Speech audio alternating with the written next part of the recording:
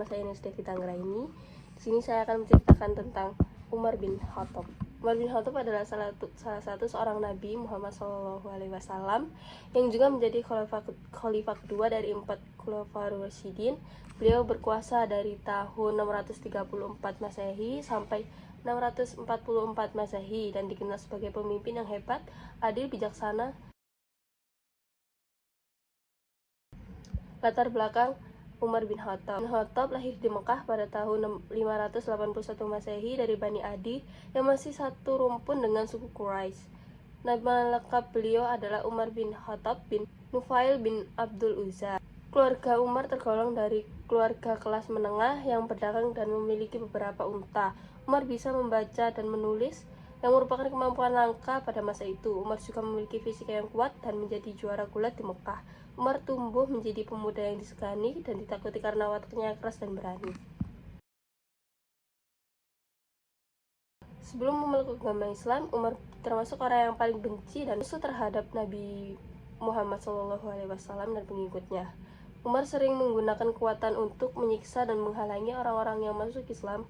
Bahkan pada suatu hari Umar berniat untuk membunuh Nabi Muhammad SAW dengan membawa pedangnya. Namun dalam perjalanan Umar bertemu dengan sahabat Nabi yang bernama Nu'aim bin Abdullah yang memberitahu bahwa adik perempuan Umar, Fatimah bin Khattab, telah masuk Islam bersama suaminya, Sa'id bin Sabit.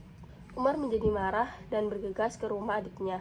Di sana ia mendengar suara bacaan Quran surat At-Toha ayat 1-8 yang dibacakan oleh Khabab bin Arad, seorang nabi yang mengajar mereka.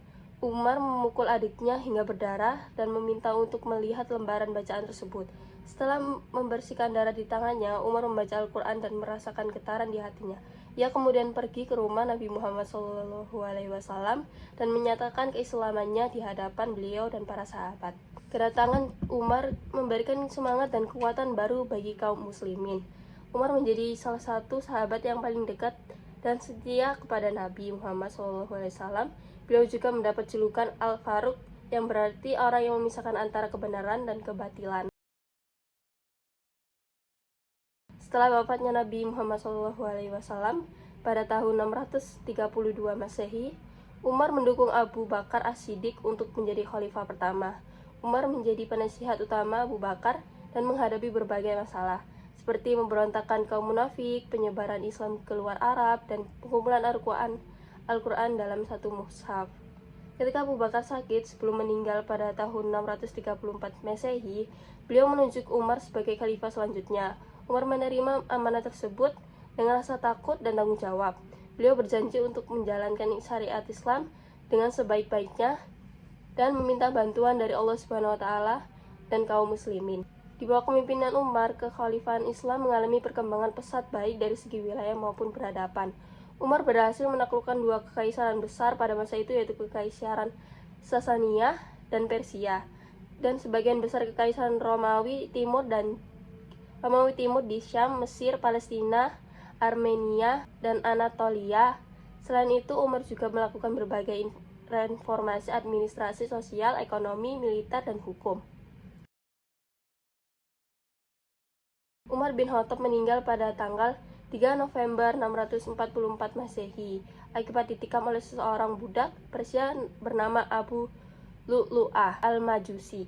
Abu Lu'lu'ah memiliki dendam kepada Umar karena merasa tidak puas dengan perlakuan majikannya yang merupakan gubernur provinsi Fars. Abu Lu'lu'ah menyerang Umar ketika beliau sedang sholat subuh di Masjid Nabawi. Umar terluka parah di perutnya dan meninggal beberapa hari kemudian.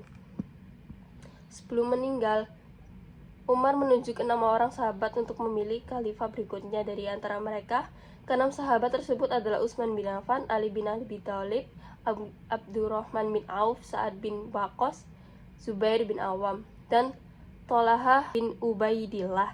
Setelah bermusyawarah, mereka memilih Utsman bin Affan sebagai khalifah ketiga. Umar bin Khattab dimakamkan di samping makam Nabi Muhammad SAW dan Abu Bakar As-Siddiq di Masjid Nabawi. Beliau meninggalkan warisan berupa harta sebesar 50.000 dirham yang disumbangkan untuk umat Islam. Beliau juga meninggalkan nama yang harum dan terkenang sebagai salah satu pemimpin terbaik dalam sejarah Islam. Sekian, terima kasih.